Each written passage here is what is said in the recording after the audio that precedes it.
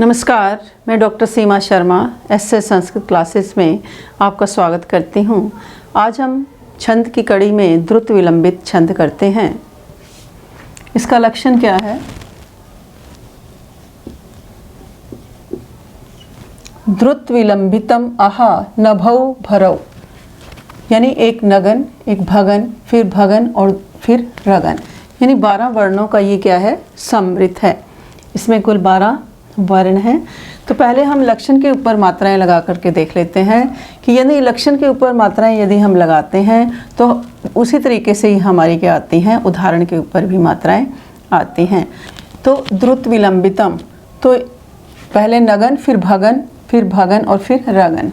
तो नगन में क्या है? हमारा पहला ह्रस्व आ गया, फिर यहाँ भी ह्रस्व आ गया और यहाँ भी ह्रस्व आ गया।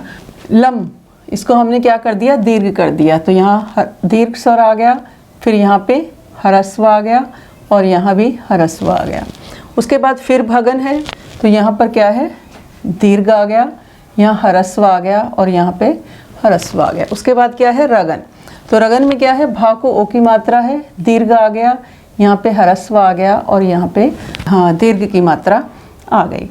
तो इस प्रकार से हमारे क्या है? एक पहला नगन, फिर नगन के बाद भगन, फिर दोबारा से भगन और फिर रगन। हमारे इस प्रकार मात्राओं का हमारा क्रम जो है बन जाता है।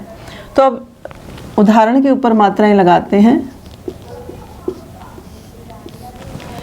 अभिमुखे मयि संहरितम इक्षितम हसितम अन्य निमित्तम कथा उद्यम विनय वारित वृत्तिर तस्या न विवृतो मदनो न च समृतः।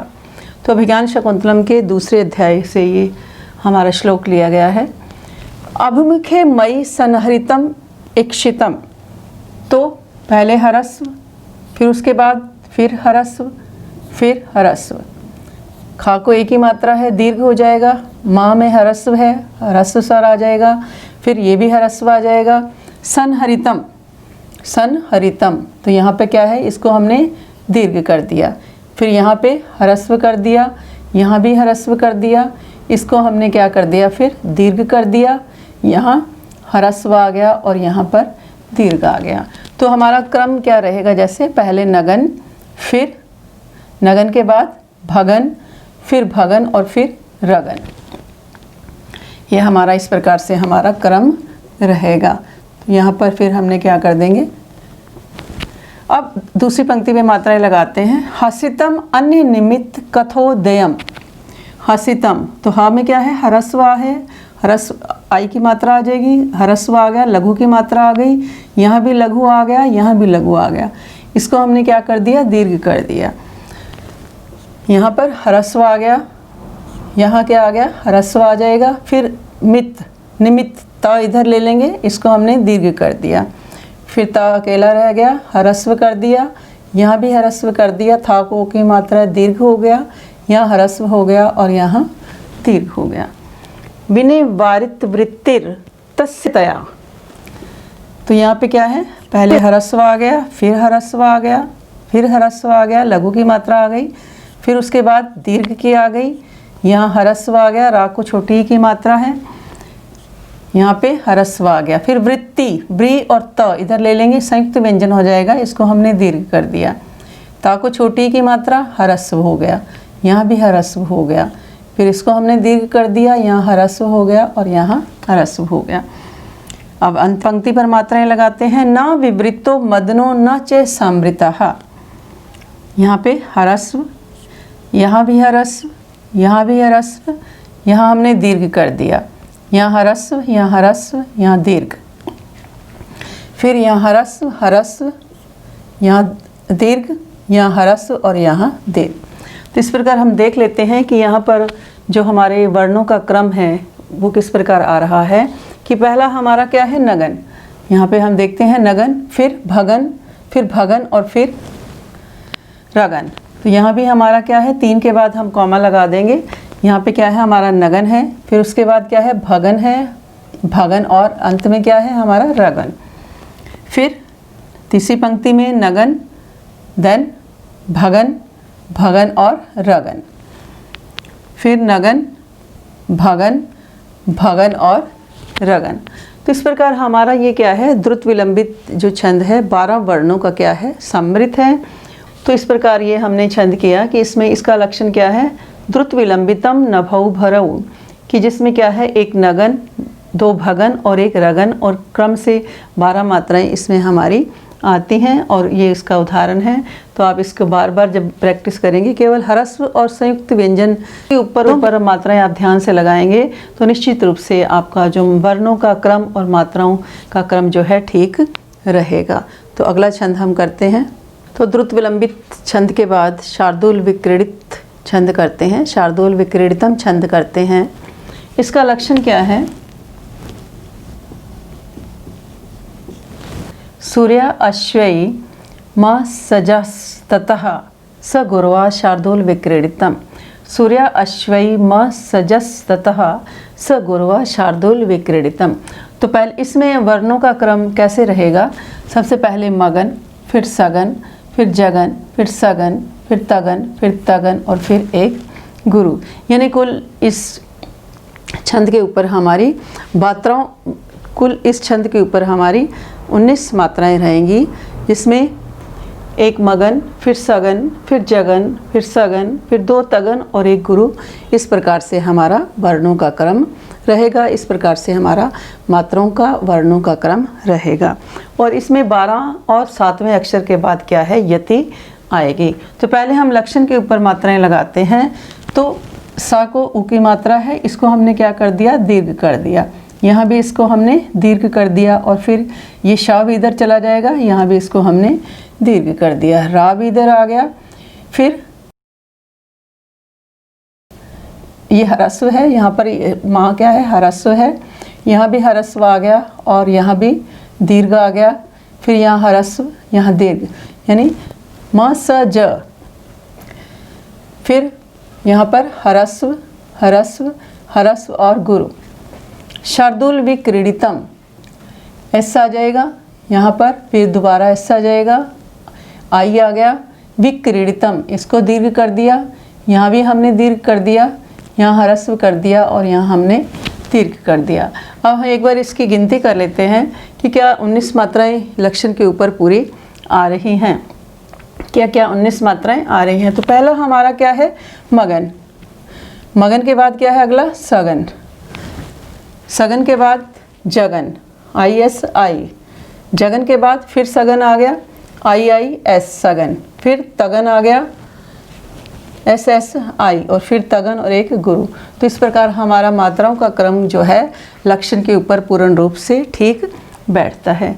तो उदाहरण के ऊपर अब हम वर्णों की गिनती करते हैं, गणना करते हैं, मात्राएं लगाते हैं।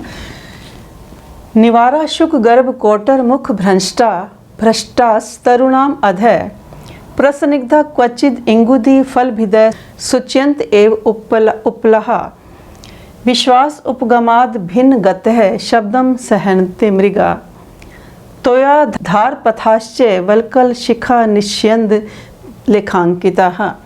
तो अभिज्ञान शाकुंतलम के प्रथम अंक से ये श्लोक हमारा लिया गया है। महर्षि कनु के आश्रम का वर्णन राजा कर रहे हैं इसमें।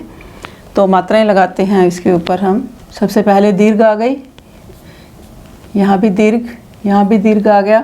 शा को छोटा ऊ है, इसमें हमने क्या कर दिया, ह्रस्व आ गया, लघु आ गया, यहाँ भी ह्रस्व। अब गा का रा इधर ले लेंगे, इसको हम क्या कर देंगे, दीर्घ कर देंगे। उसके बाद क्या है, भा। भा में क्या आ गया, आई आ गया। फिर का को की मात्रा है, इसको दीर्घ कर दिया, यहाँ भी ह्रस्व आ गया। फिर उसके बाद फिर ह्रस्व आ गया, फिर ह्रस्व आ गया। यहाँ क्या आ जाएगा, खा में भा मिल जाएगा, तो इसको हम क्या कर देंगे, दीर्घ कर देंगे। फिर र और श ये आ गया, तो इसको भी हमने दीर्घ कर दिया, यहाँ तक हमने फिर इसको दीर्घ कर दिया। फिर क्या आ गया, ह्रस्व आ गया, यहाँ पे फिर दीर्घ आ गया, यहाँ पर फिर दीर्घ आ गया, और यहाँ ह्रस्व आ गया, और यहाँ पर दीर्घ आ गया।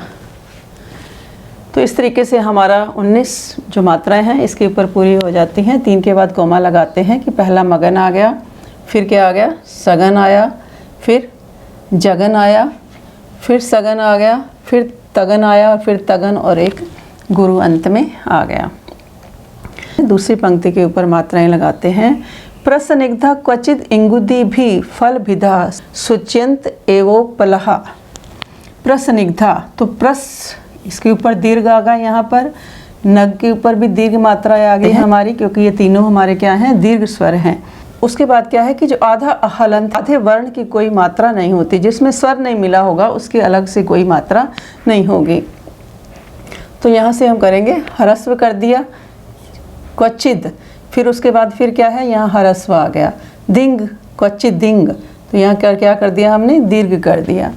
फिर गा को छोटी ऊ की मात्रा है, आई लगा दिया, यहाँ पर दीर्घ कर दिया, यहाँ ह्रस्व आ गया, यहाँ फिर ह्रस्व आ गया, यहाँ ह्रस्व आ गया, यहाँ हमने दीर्घ कर दिया, यहाँ पर दीर्घ कर दिया, यहाँ भी दीर्घ कर दिया, यहाँ ह्रस्व आ गया, यहाँ दीर्घ हो गया, यहाँ भी दीर्घ हो गया, यहाँ ह्रस्व हो गया और यहाँ पर दीर्घ हो गया।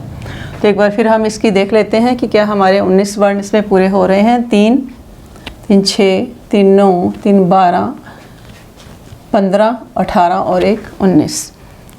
तो अगली पंक्ति के ऊपर करते हैं, तीसरी पंक्ति के ऊपर, विश्वास उपगमाद भिन्न गतः शब्दम सहन्ते मृगाश। तो विश दीर्घ आ गया, यहाँ भी दीर्घ की मात्रा लगा दी हमने, यहाँ भी दीर्घ की होगी, फिर यहाँ पे ह्रस्व, यहाँ भी ह्रस्व, यहाँ हमने दीर्घ कर दिया, फिर यहाँ ह्रस्व आ गया, भिन्न, यहाँ दीर्घ हो गया, यहाँ ह्रस्व, यहाँ ह्रस्व ह्रस्व दीर्घ आ गया, फिर यहाँ पर संयुक्त व्यंजन आ गया, इकट्ठा कर दिया तो हमारा क्या है, दीर्घ आ गई, यहाँ भी अनुस्वार है, दीर्घ आ गई, फिर यहाँ पे ह्रस्व, यहाँ दीर्घ, यहाँ दीर्घ, यहाँ ह्रस्व और यहाँ दीर्घ। तो अब मात्राएं गिन लेते हैं एक बार कि 3 3 6 3 9 12 15 18 और 1 19। अब अंतिम पंक्ति के ऊपर मात्राएं लगाते हैं। अब जिस व्यंजन में स्वर नहीं मिला होगा उसकी अलग से कोई मात्रा नहीं होगी, तो इसको हमने अलग से निकाल दिया। तो ता को ओ की मात्रा, इसको दीर्घ कर दिया, यहाँ भी दीर्घ आ गया, यहाँ भी दीर्घ, फिर यहाँ पे ह्रस्व, यहाँ ह्रस्व, फिर यहाँ पर दीर्घ आ गया, फिर यहाँ ह्रस्व दीर्घ ह्रस्व, यहाँ भी ह्रस्व कर दिया, यहाँ ह्रस्व, वल्कल शिखा निश्यंत, तो यहाँ पर दीर्घ आ जाएगा, यहाँ भी दीर्घ आ जाएगा, यहाँ भी दीर्घ आ गया, द के ऊपर ह्रस्व, ले के ऊपर दीर्घ, यहाँ दीर्घ, ये खांकिता अंग इधर आ जाएगा, का को छोटी की मात्रा, ह्रस्व हो जाएगा और यहाँ पे दीर्घ आदेश हो जाएगा। तो अब हम गिनती कर लेते हैं कि 3 3 6 3 9 12 15 18 और 1 19। तो इस प्रकार शार्दूल विक्रीडितम छंद के ऊपर अलग अलग देख लेते हैं कि पहली पंक्ति में हमारी क्या है, पहला मगन है, फिर सगन है, फिर क्या है, जगन है, फिर सगन, फिर तगन और तगन, फिर क्या है, तगन और तगन, और अंत में एक क्या आ जाता है, गुरु आ जाता है। इसी प्रकार से इस दूसरी पंक्ति में भी पहले मगन, फिर सगन, फिर जगन और फिर सगन, फिर तगन और तगन, और तीसरी में भी ऐसे, और चौथी अंतिम पंक्ति में भी इसी प्रकार से हमारा मात्राओं का क्रम आ जाता है। तो आज हमने 2 छंद किए, द्रुत विलंबितम, जिसमें कुल जो 12 वर्णों का सम्मिलित, और ये शार्दूल विक्रीडितम जो है ये कितने का है, 19 वर्णों का सम्मिलित है, और 12वें और 7वें अक्षर के बाद इसमें क्या आती है, यति आती है। तो आज के लिए इतना ही, मैं मिलती हूँ अपनी नई वीडियो में नए संस्कृत लेसन के साथ। धन्यवाद। जय हिंद, जय भारत।